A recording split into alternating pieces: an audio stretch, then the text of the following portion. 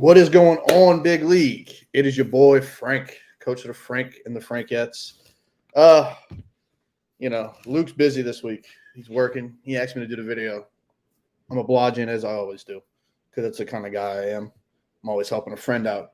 I'm there for somebody always. So I'm going to start off with the standings this week. Luke hasn't really touched on that much at all, to be honest with you. So we're gonna start with that. In first place, tied for first place, we have three teams. We have Corey, we have Big Mike, and we have Brian. All 6-1, all looking good. Probably already locked in for the playoffs. All got solid teams. Not real many injuries, knock on wood, but it is what it is. Good luck to them. Buffkin at 5-2, along with Charlie at 5-2, rounds out 4 and 5. They both look good, scoring well. Both solid teams. Jeremy and Luke are tied for 6 with 3 and 4. And then myself is 2 and 5, along with Lindbergh and Emil, and then the Wienertown winners and Brady Bunch coming in the rear at 1 and 6. Both still in the playoff race. They're only 2 games back. There's plenty of time left in the season. I think this is actually the halfway point now. Week 8. After week 8, it'll be the halfway point. So we're not even fully through the season yet. So nobody's out of it. Everybody can turn it around and still make the playoffs if we have to. So.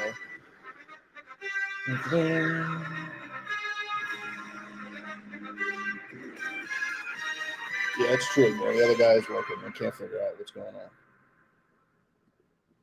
So, going into week 7. Let's go back to week 7. Week 7. We have myself versus Big Mike. He absolutely kicked my ass. We knew it was happening. I mean, I had to play Le'Veon Bell because of buys with all the trades that I made. I played Jimmy G. I had to play Brandon Ayuk. Rest of the guys, Jaceki and Damian Harrison, McLaurin, and Bateman, all did well. But Mike Evans went off. Stafford went off. It is what it is. Tampa Bay's defense got him 21, so whatever. Next up is Charlie versus Buffkin. Charlie got his ass kicked. Looked like he might have had a chance when Metcalf caught that first touchdown, but he didn't.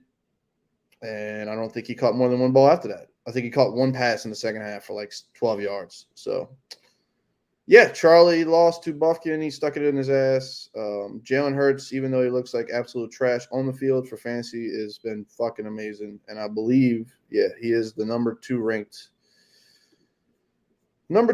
there. So, I mean, that's nuts to me, in my opinion, but it is what it is. Buffkin beat him.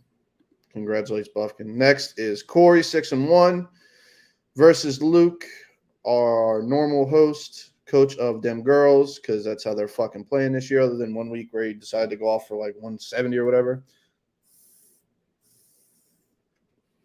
But if your name's going to be them boys and then you lose to somebody whose quarterback puts up 2.44, and you somehow, with Alvin Kamara and Tom Brady, can't turn it around and win a fantasy game, something's wrong. But it is what it is. He barely got to triple digits, 4 yards, lowest scoring team of the week. He is the absolute clown again. First time I think somebody's been it twice, other than Emil. But we'll get to that matchup later. Apparently, that's the rivalry of the week. So next is Wienertown Wieners versus Unbeatables. Lindbergh got a fabulous game from Tua Tagovailoa, 30.54. I mean, what a stud that dude is. I mean, just all over Atlanta's defense, just absolutely stuck it up for Reynolds' ass. But Reynolds loved it. So Reynolds, I mean, you put respectable up 120. Defense got you -1.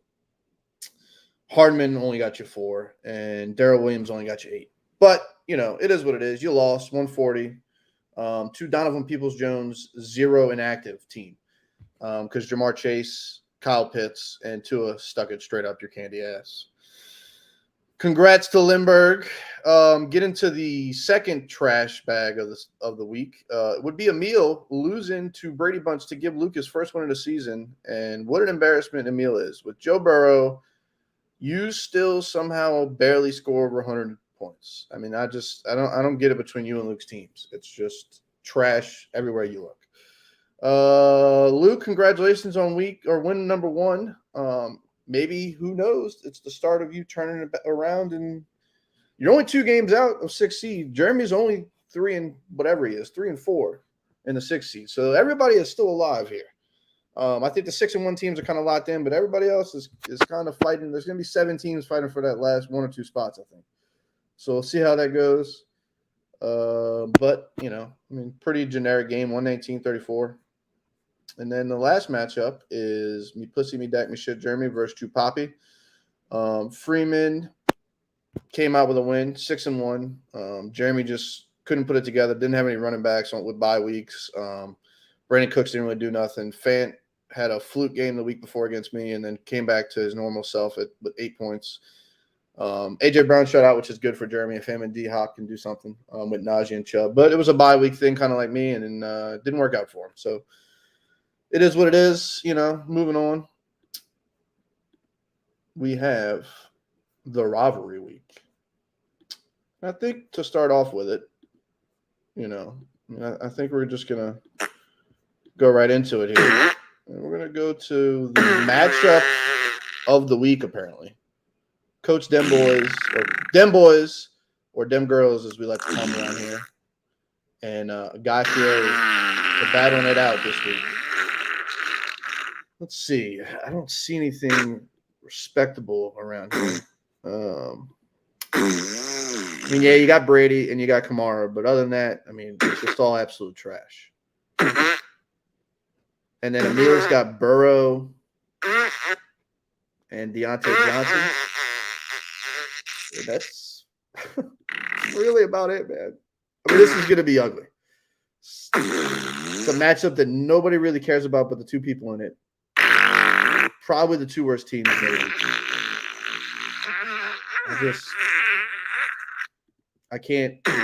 I have nothing else to say other than good luck to you 2 bums. And I hope that it works out for y'all, one of y'all, somehow, somewhere.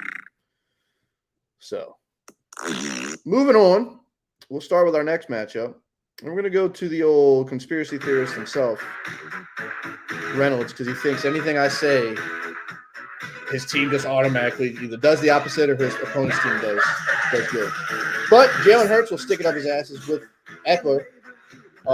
Aaron Jones is going to get COVID, and he's not going to play this week. So A.J. Dillon will be the starter, and he's going to stick it straight up Reynolds' ass. Probably 200 yards and 2 touchdowns. Julio will do Julio things. Tyreek's going to do Tyreek things on Monday night in prime time against the Giants. Good luck. Reynolds, you're going to get your ass whooped by 60 points this week. It's just you better hope Keenan Allen and Dalvin Cook can do something. Gronk's probably not even going to play. He traded Mixon away for Antonio Brown, who probably won't play the rest of the year, apparently. Lamar's on bye. Good luck, sir. But I just don't see it happening for you. So, good luck. Maybe you'll score 100 points, right? But Buffkin's team's probably going to score 200 because you're fucking trash. Right? And you think that anything I say has an effect on you, which it doesn't. Moving on, we're going to talk about Corey, probably the matchup of the week, the true matchup of the week. I'll take that back. We're going to go over here, the true matchup of the week. The 2 6-1 teams, 2 of the 3. Buckmaster versus True Poppy. Somebody will keep their win streak and either make it to 7 or make it to 5. Who knows? Stafford and Henderson against Houston. Jonathan Taylor versus Tennessee. Mike Evans against the Saints. Never really does do good against Lattimore, but we'll see how that works. Amari Cooper coming back off the bye, healthy. Travis Kelce against the Giants, and he only put up 11 last week, so I'm sure that'll be ugly. He's got Cordero against Carolina, looking good. Projected 128. True Poppy waiting for the CMC health status to be updated, so CMC comes back to match with his big dick Derrick Henry. He's got Rodgers on Thursday night without his top 2 weapons. We'll see how that goes. Hopefully Rodgers can still, do something against that Cardinals defense. DJ Moore's looked mediocre since Sam Darnold decided to look mediocre. T. Higgins looks fine, especially against the Jets. He's just not Chase. Mooney's hit or miss. It is what it is. Mooney's hit or miss, so we'll see how that works out. I'm going to give the win to Big Mike. I think he's going to go to 7-1. He's going to extend that win streak to 5, and Ryan will lose for the first time since week 1. And not like it's that big of a deal to lose to the other 6-1 team, other than for matchup purposes. But if I'm Ryan, I kind of wish I lose. I don't want to be the 1 seed. It doesn't do well in the playoffs in this league most of the time. So ask Charlie, because he's been the 1 seed like 6 years and lost, I think, in the first round all 6. But we'll go to the next matchup, second matchup of the week. Corey versus Creamy Bays, the aforementioned Charlie. Charlie 5-2 on a 1-game lose streak. We talked about that earlier. Corey's team is looking solid other than his quarterback. Fournette's playing like playoff money in the regular season. Aaron Jones has looked great, especially this week. They'll probably have to lean on him more. Cooper Kupp is fucking outstanding. Guy's got like 10 touchdowns already on the year or some shit. 2, 4, 6, 9 touchdowns in 7 games. I mean, it's just fucking stupid. JJ's back off bye, healthy, ready to go against Dallas. He'll probably – I don't know who Diggs if Diggs will shadow either him or Thielen. I don't know if Diggs moves around or not. I haven't studied the Dallas defense that well. Schultz, solid tight end against Minnesota. And he picked up Russell Gage, I believe, off of waivers this week, and he's going to play him against Carolina. Charlie has Mahomes, who's looked like absolute dog shit, but after that performance, pretty sure Mahomes would come out and score fucking 60. On Monday night in prime time, when all eyes are going to be wondering what's wrong with Patrick Mahomes. Mixon versus the Jets should be fine. Michael Carter versus the Bengals, I don't know about that one, but he doesn't really have anything else, I don't think. Yeah, he doesn't. He could play Edmonds versus Green Bay. Could play Herbert versus San Francisco. You know, Jonathan Taylor did fine, but that's up to Charlie. Thielen. So both wide receivers are going against each other this week. Who knows? Metcalf versus Jacksonville, but can't trust Geno, and that one play was a fluke where Lattimore fell. And he's going to play Goddard over Zach Ertz on Thursday night. Interesting. Goddard got 12 last week against the Raiders, and Ertz got 16. And he's going to go – I guess he doesn't want to deal with the Thursday night shit. I get it, Charlie. Nobody else does either. It's fucking stupid. But we'll go to the next matchup of the week. Brady Bunch coming off his first win of the season. Got some steam behind him against Jerry, who's trading running backs away and then trying to get worse ones for Brandon Cooks for the last 3 weeks. And it's not going to work, but he keeps trying. Oh, Luke's got Kyler. He's got Tony Pollard and Jamal Williams. He's got Debo. He's got Pittman, Henry. They all look good. It's a solid team. How he's 0-6, I'll never know, especially when he had Zeke for a couple weeks. I just think it's bad luck, and he's getting fucking absolutely skull-dragged every week, and teams are just putting up 145 points. Who knows? Will that be a week that this stops? Probably, because Jeremy's team is okay. He just makes dumb moves. Like, he plays the wrong people at wrong times. I don't get it. Like, he picked up Tyson Johnson, who's in concussion protocol this week when he didn't need to pick. It just doesn't make any sense. He's got Herbert coming off the bye, Chubb, Harris, both coming off the byes. He's got Hopkins coming back, A.J. Brown, solid wide receiver core. I think Luke's going to take this week. I think he's going to get a second win. I think Kyler maybe goes apeshit tomorrow night on Thursday night. Luke has horrible luck on Thursday night with players. We've talked about it for years, me and him. He hates fucking Thursday nights. If you told him that Kyler would get 22, I think he would be perfectly fine with it, which is his projection. But I think Kyler would get a little bit more, maybe close to 30, 31, 32, and put Jeremy kind of in the back seat, other than depending on what the Cardinals defense and Prater do. We'll see. But I'm going to give it to Luke Pa. Jeremy will go to 4-4. And then last matchup of the week is myself versus Lindbergh. I've got most of my team coming back from bye. First week of the traded team able to play. Prescott, Zeke, James Robinson, McLaurin, who's probably going to sit now for Harris if he doesn't play, which is fine because Harris plays the Chargers. I'm cool with that. CD coming off the bye. Gesicki, who's been a fucking stud. Just absolutely killing it week in and week out. He's Tua's favorite target. And Mike Williams also coming off the bye. I'm projected 114. I don't have a defense in right now for some reason. I'll put them in, whatever. And we've got Josh Allen, Singletary coming off the buys with Diggs, all playing Miami. I'm worried about that. I'm really worried about Chase versus the Jets, Pitts versus Carolina. I mean, it's going to be a good matchup. I don't know which way this is going to go. We'll see how my new team is. I mean, shit, I've only had Zeke for a week. I haven't played Robinson or Williams yet. So we'll see. But 3 of them are on Sunday night with the Cowboys.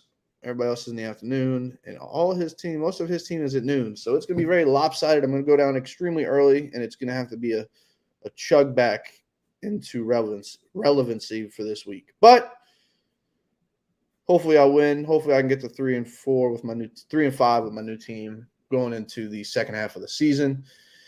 So without further ado, we will call that at 16 minutes. We'll call that what it is. It's done. It's finished.